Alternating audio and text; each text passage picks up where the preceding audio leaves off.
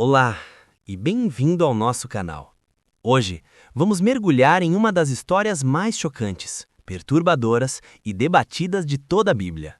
Uma história de fé e tragédia, de vitória e perda inimaginável.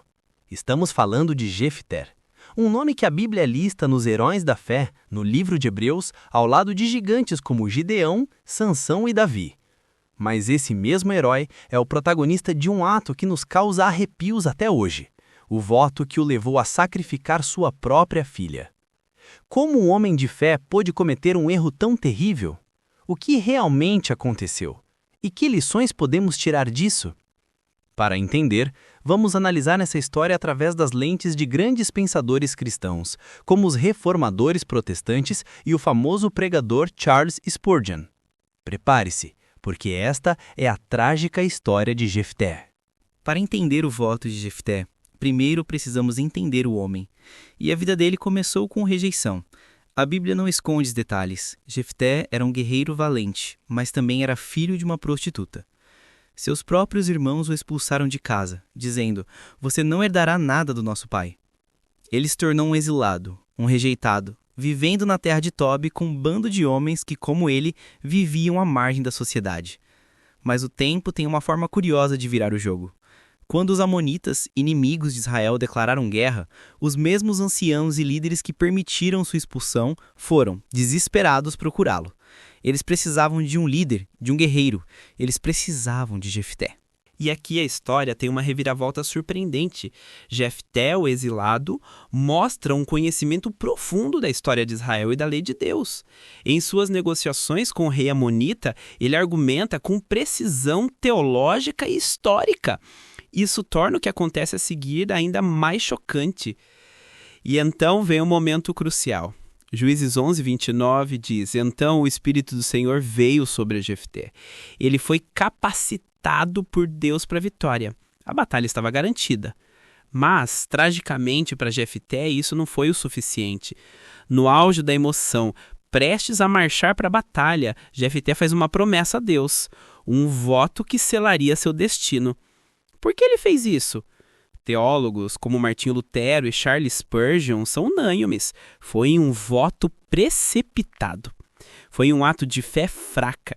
Em vez de confiar na capacitação que já havia recebido do Espírito Santo, Jefté tentou barganhar com Deus, como se estivesse negociando com um Deus pagão.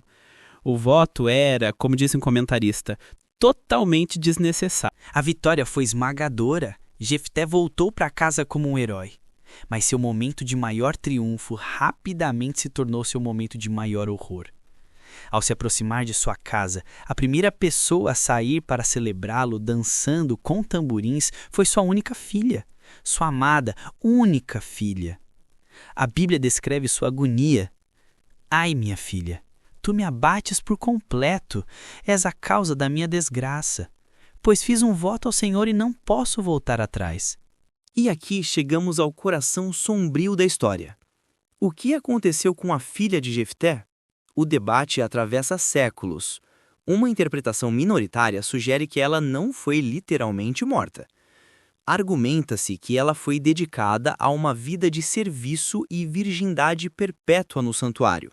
Afinal, ela lamentou por sua virgindade, não por sua morte iminente.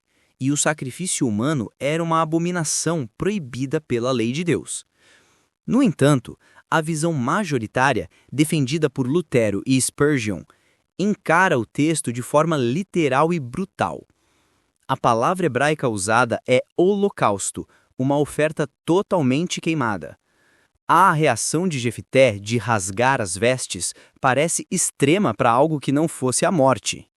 Lutero foi direto. O texto é claro o suficiente. Em meio a essa tragédia, a filha de Jefté emerge como a verdadeira heroína. Sua resposta é de uma nobreza impressionante. "Meu pai, fizeste voto ao Senhor. Faze, pois, de mim segundo o teu voto." Sua submissão e fé, mesmo diante do erro terrível de seu pai, são exemplares.